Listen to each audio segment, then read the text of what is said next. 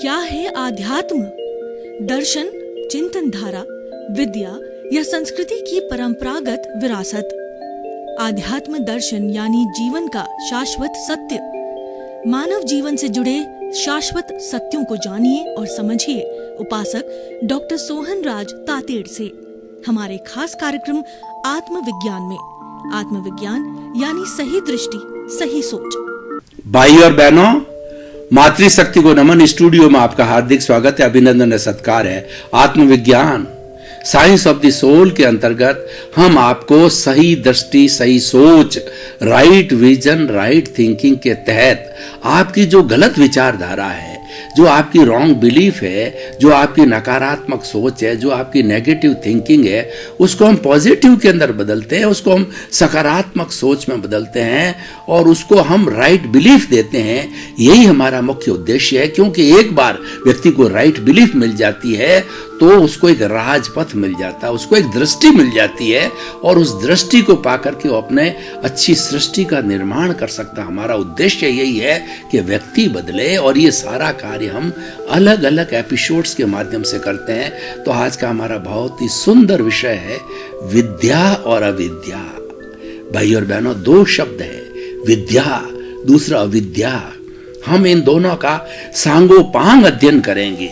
विद्या ददाति विनयम, विद्या वह होनी चाहिए जो विनय देवे, क्योंकि विनय है सब गुणों की खान है। अगर व्यक्ति एक विनय को प्राप्त कर लेता है तो ऑटोमेटिकली सारी जो है अच्छाइयां, सारे गुण उसके अंदर आ जाता है और उसकी जगह अविद्या मतलब ज्ञान।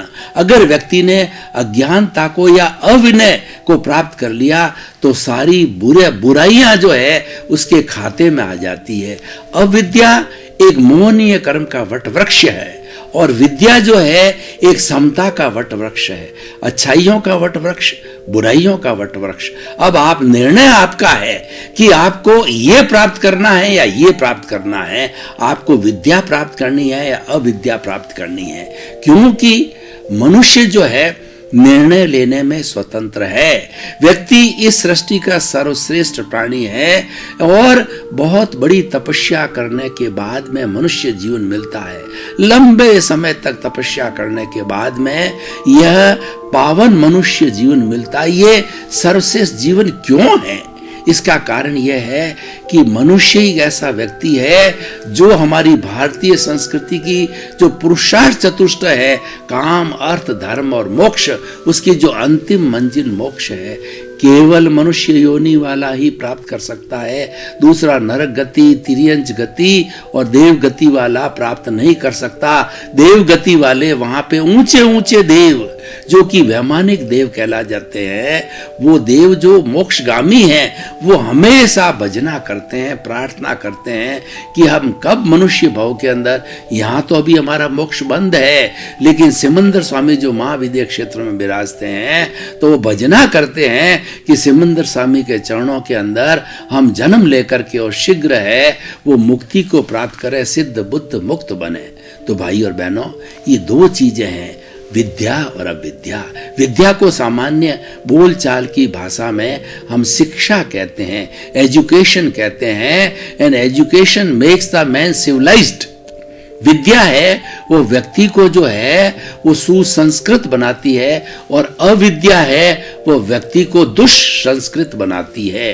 अविद्या एक पशुत्व की बात है और विद्या है एक जो है मनुष्यत्व की बात है, देवत्व की बात है। इसीलिए विद्या की देवी जो सरस्वती है उसकी पूजा की जाती है। कोई भी बड़ा ज्ञान का अनुष्ठान किया जाता है तो ज्ञान की देवी, विद्या की देवी सरस्वती की जो है वो प्रार्थना की जाती है और दीपक जला करके और जो है उसका जो एक रूपक बनाया जाता है। दीपक इस बात का प्रतीक है, ज्ञान का प्रतीक है। घना अंधारा अंधेरा हो शताब्दियों का और उसके अंदर एक छोटा सा जो है मिट्टी का दिया जला दिया जाए तो घना अंधेरा तिमिर छट जाता है। उसी तरीके से हमारे जीवन के अंदर जो ये जो दिया है, ये जो दीपक है वो ज्ञान का प्रतीक है। दीपक हमारे भीतर अज्ञान को मिटाता है और दीपक स्व पर प्रकाशक है। और हमारे भीतर जो विराजमान शुद्ध आत्मा भगवान है वो स्वयं अनंत ज्ञान वाला है, अनंत दर्शन वाला है, अनंत शक्ति वाला है और अनंत सुख का धाम है। लेकिन चारों जो है ये घाती कर्म की चारों परतें गहन इसके ऊपर पड़ी है। कैसे पड़ी है कि सूर्य जो है वो पूरा अपने आप में तपता हुआ सूर्य है, लेकिन घने बरसात का मौसम है, घने बादल उसके ऊपर आ जाते हैं तो आ जाने से सूर्य दिखाई नहीं देता और हमको ये महसूस होता है कि दोपहर के समय में भी अंधेरा हो रहा है। वास्तव में अंधेरा नहीं होता है, लेकिन वह जो है सूर्य के ऊपर बादल आ गए, जब ये छट जाते हैं, जो बादल है वो अज्ञान है और सूर्य है वो ज्ञान है। सूर्य आत्मा रूप में है और ये बादल है, चार पर्दे हैं, ज्ञानावर्णीय कर्म, दर्शनावर्णीय कर्म और उसके बाद के अंदर मोहनीय कर्म और अंतराय कर्म। जब ये घाती कर्म चारों हट जाते हैं तो वो यानी वो अज्ञान के बादल हट जाते हैं तो ये पूर्ण रूप से प्रकाशित केवल ज्ञान रूपी सूर्य जो है प्रकाशित हो जाता है और वह व्यक्ति इस औदारिक शरीर के अंदर ईश्वर बन जाता है। वह जो जीवात्मा से अंतरात्मा और परमात्मा बन जाता है। केवल ज्ञान होते ही परमात्मा बन जाता है। केवल ज्ञान के पहले वीतराग होने पर ही जो है वो वीतराग 12वें गुणस्थान के अंदर जब आत्मा आ जाती है तो मानकर चलिए कि वह परमात्मा है, वंदनीय, स्तुत्य है और वह जो भजना करने योग्य है। तो भाई और बहनों, ये सब बातें विद्या की है और विद्या से विद्यालय बने हैं, महाविद्यालय बने हैं, विश्वविद्यालय बने हैं, क्योंकि ये व्यक्ति को सुसंस्कृत बनाते हैं। और हर एक पेरेंट्स, हर व्यक्ति ये चाहता है कि मैं विद्यालय से विश्वविद्यालय की पढ़ाई करके विद्वान बनूं, सुसंस्कृत बनूं। भाई और बहनों, और विद्या को जो मैं प्रेजेंट करना चाहता हूं उसको ज्ञान के रूप में प्रेजेंट करना चाहता हूं। और जितने भी भारत के 55 तरह के धर्म दर्शन आज हम विश्वविद्यालयों के अंदर पढ़ाते हैं, वो सारे धर्म दर्शन जो कि आत्मा में विश्वास करते हैं वो दुख का कारण अविद्या को मानते हैं, अज्ञान को मानते हैं और सुख का कारण ज्ञान को मानते हैं। क्योंकि ज्ञान प्राप्त करने के बाद ही जो है हमारी आत्मा को सम्यक दर्शन मिलता है, मोक्ष की नींव लगती है और स्नेह स्नेह वो पुरुषार्थ और जागृति के द्वारा धीरे धीरे जीवात्मा से अंतरात्मा बन के परमात्मा बन जाता है। तो मुख्य उसका जो बीज है, मुख्य उसकी जड़ है वो विद्या यानी ज्ञान है। और अब हम अविद्या की बात कर लें थोड़ी। अविद्या का मतलब अज्ञान। अज्ञान पशुत्व के समान है।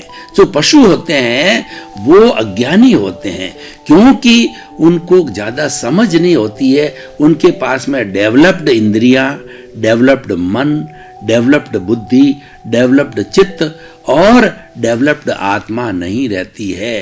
वो मात्र जो है वो खान पान तक ही सीमित रहते हैं। कहा भी गया है, कुकर सूकर करत है और खान पान रस भोग, तुलसी वृथा न कोई ये तन भजने योग। ये पशु पक्षी बेचारे लिमिटेड बुद्धि वाले होते हैं तो ये तो खान पान रस भोग तक सीमित है, लेकिन मनुष्य जो कि संपूर्ण डेवलप्ड चीजें हैं सारी, प्रभु उसके भीतर विराजमान हो गए हैं तो वह अपने जो भीतर शक्ति विराजमान है उसका उसको एहसास होना चाहिए, उसका एक्सप्लोरेशन होना चाहिए और उसके बारे में रिसर्च होनी चाहिए। जो करने लग जाता है, जागृति में आ जाता है, अपने स्वभाव में रमण करने का जब उसको इंटरेस्ट चालू हो जाता है तो वो व्यक्ति ज्ञान को प्राप्त कर लेता है और उसको ऐसे ज्ञानी मिल जाते हैं। देखिए, भीतर उत्कंठा होनी चाहिए। Where there is a will there is a way. व्यक्ति की जहां चाह है वहां राह है। चाह प्रकट होनी चाहिए और अपने स्वभाव में रमण करने की जो चाह है, ये भी पूर्व जन्म के अंदर किए गए पुण्य कर्मों से हमको मिलती है। और पुण्य कर्मों का तो इतना प्रभाव है कि तीर्थंकर गोत्र का बंधन भी इस मनुष्य भव के अंदर पुण्य बंध होता है। और वो सबसे बड़ा पुण्य बंध है तीर्थंकर गोत्र का बंध होना। और वो गोत्र का बंध होने के कारण वो अगले भवों में, आने वाले भवों में जाकर के तीर्थंकर बनता है, भगवान बनता है और 4 तीर्थों की स्थापना करता है। वो श्रावक श्राविका और साधु साध्वी और इस सृष्टि का सबसे महान व्यक्ति वो बन जाता है, वो आप्त पुरुष बन जाता है। क्योंकि वो जो है वो जन्म से ही जो है 3 ज्ञान लेके आता है और दीक्षा लेने के बाद 4था मन प्रयोग ज्ञान हो जाता है। और निश्चित रूप से भुवन भास्कर ज्ञान रूपी सूर्य उसके केवल ज्ञान उस जो है जन्म में अवश्य होता है। पूर्व जन्म के अंदर वो पुरुषार्थ करके जो है केवल दर्शन को प्राप्त कर लेता है। केवल दर्शन जो है प्राप्त होने के बाद के अंदर इस जन्म में पुरुषार्थ समाप्त हो जाता है। और वो तो जो पुण्य का बंध है उसके उदय काल से जो है उसको ये तीर्थंकर गोत्र जो है मिल जाता है, तीर्थंकर पद मिल जाता है। तो भाई और बहनों, हम बात करें थे अविद्या की। अविद्या अज्ञान है। अज्ञान क्या है? अज्ञान सबसे बड़ा राग द्वेष अज्ञान है। जो हमने 4 जो है ना, जो घाती कर्मों की बात करी है, इसमें सबसे पावरफुल है मोहनीय कर्म। मोहनीय कर्म क्या है? मोहनीय कर्म एक शराब पिए हुए व्यक्ति की तरह है। जैसे शराब पिया हुआ व्यक्ति बेभान हो जाता है, उसको पता ही नहीं रहता है कि मेरे सामने मेरी बेटी है, एक माँ है, ये पत्नी है, और उसको तो मात्र स्त्री नजर आती है और वो हर एक को भी अनशंट बोल देता है, नाली में पड़ जाता है। और वो जो सड़क पर पड़ जाता है, भले ही उसको उसके ऊपर से वाहन निकले या उसके जो है वो जेब के अंदर कोई कीमती चीज हो तो लोग उठा के ले जाते हैं, बेभान हो जाता है। तो ये मोहनीय कर्म का पर्दा बड़ा जबरदस्त पर्दा होता है। ये सबसे बड़ा घाती कर्म है। सबसे पहले इसको तोड़ना पड़ता है। बाहर में गुणस्थान में ये टूटता है तो पीछे तो बहुत सरल काम है। ज्ञानावर्णीय, दर्शनावर्णीय और अंतराय तो जो है परिणति है। ये 3 कर्म यानी मोहनीय कर्म टूट गया तो समझ लो सब कुछ हो गया काम हमारा। मोहनीय कर्म तोड़ना बहुत ही मुश्किल होता है। ये मोहनीय कर्म है, अविद्या है। अविद्या अज्ञान है। अज्ञान क्या है? राग द्वेष है।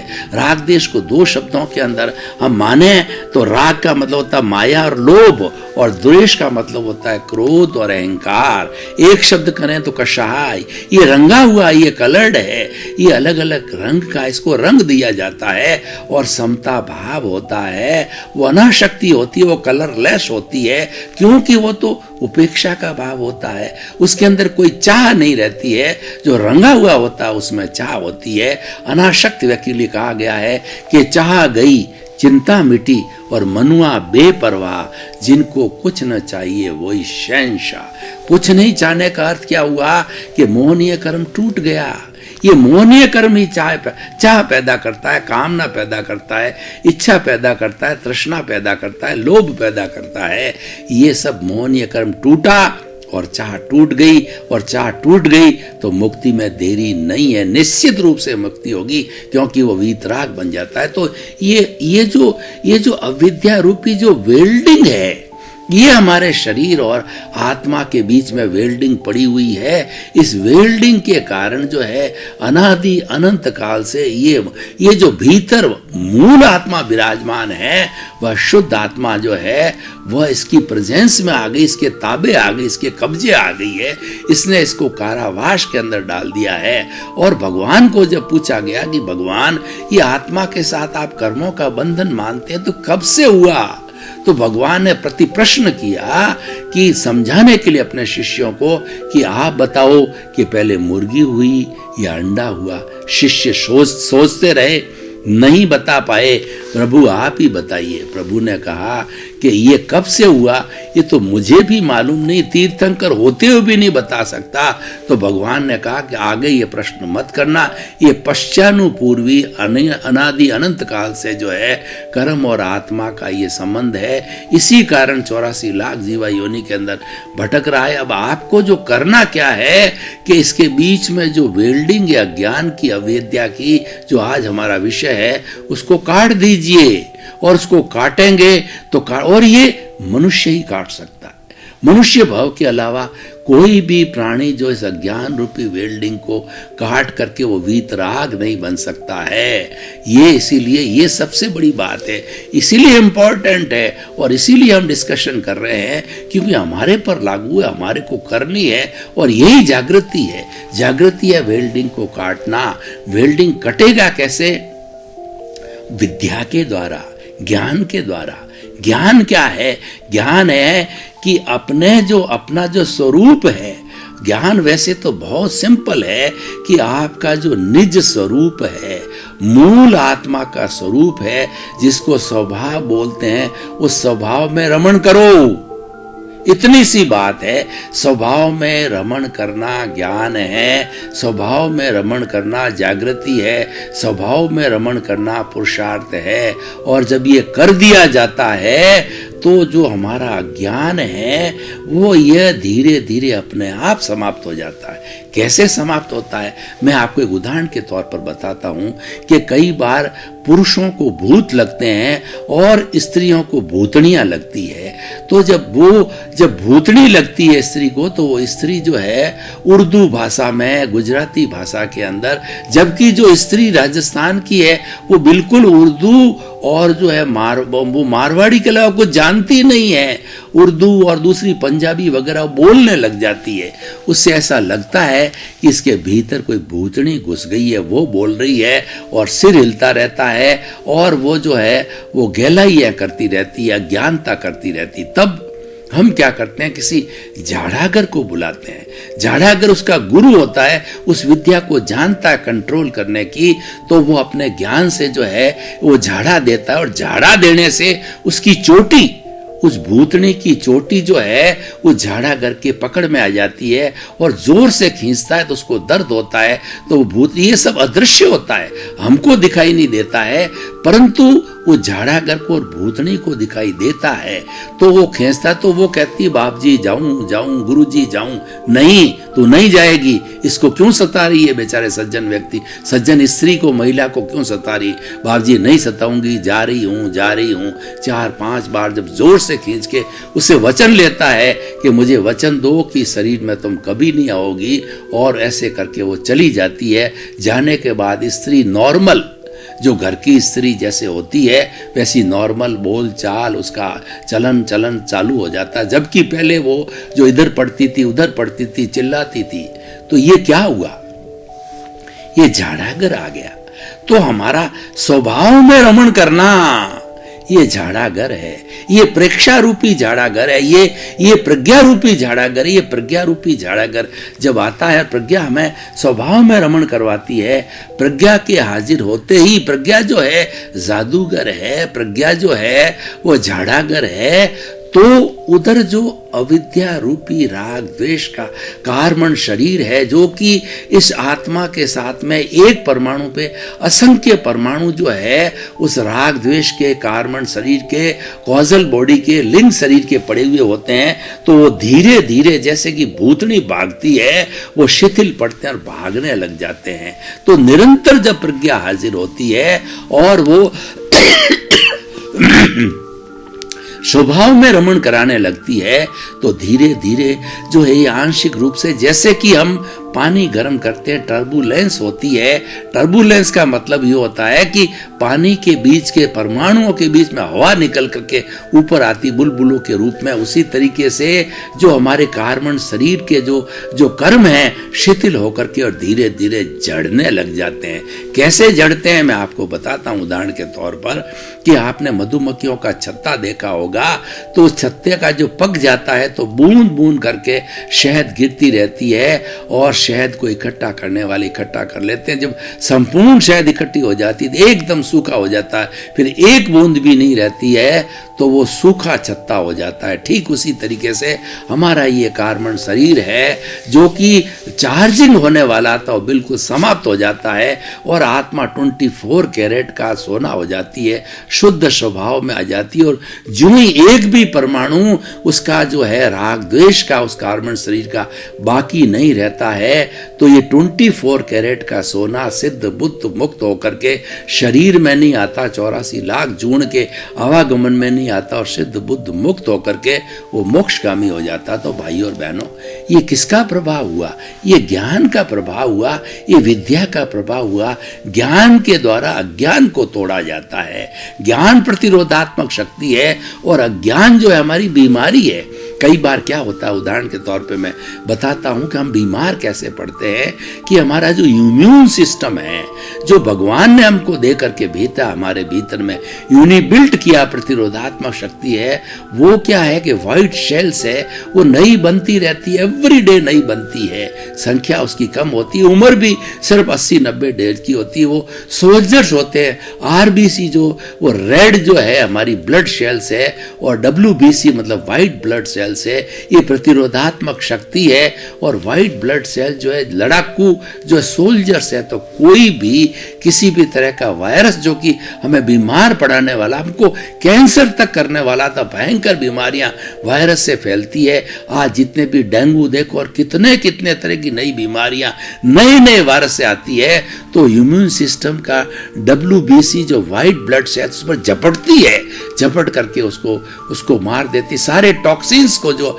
हटा करके, और कुछ 90 दिन की उम्र के बाद लगभग वो स्वयं भी समाप्त हो जाती है, क्योंकि वो संघर्ष करती है, वो लड़ करके उसकी समाप्त शक्ति समाप्त होती है। हमने इम्यून सिस्टम को खराब कर दिया, हमने भारी भारी एंटीबायोटिक लेकर के और अप्राकृतिक जीवन जी करके इम्यून सिस्टम खत्म किया, इसलिए हम बीमार पड़ते हैं। तो मेरे कहने का अर्थ ये भाई और बहनों, ये बीमारी अज्ञान क्यों हावी होता है कि हमारा ज्ञान प्रतिरोधात्मक शक्ति जैसे शरीर में कमजोर पड़ गई, वैसी ये हमारे भाव शक्ति जो प्रतिष्ठित आत्मा हमें कराती है, भाव शक्ति प्रज्ञा का जो पक्ष है प्रतिष्ठित आत्मा का, वह जो है भाव शक्ति कमजोर पड़ गई और वो सशक्त रहती है, तो प्रज्ञा हर क्षण ज्ञान के समय हाजिर रहती है और इस अविद्या रूपी राग द्वेष जो कार्बन शरीर कषाय शरीर को धोती रहती है। तो भाई और बहनों, क्या आप समझे? बहुत सादी चीज है कि ये अज्ञान जब बीच में आता है तब हम जुड़ जाते हैं। अब हमें अलग होना है। ये शरीर बेचारा प्राकृतिक है, ये एंजॉय करता है, ये पिंजरे में है शरीर, और इसके भीतर प्रभु है, वो तो बहुत बड़ा टाइट पिंजरे में है। दोनों मुक्त हो जाना चाहते हैं, दोनों स्वतंत्र होना चाहते हैं। जब किसी भी पक्षी को किसी पिंजरे में डाल देते हैं तो बीमार पड़ जाता है, वो स्वस्थ फील नहीं करता है, क्योंकि वो तो स्वच्छंद रूप से जो है आकाश में उड़ने वाला है। जब पिंजरा खोल दिया जाता है, उस अज्ञान को धो दिया जाता है, तो हंसा उड़ करके मुक्ति को चला जाता है।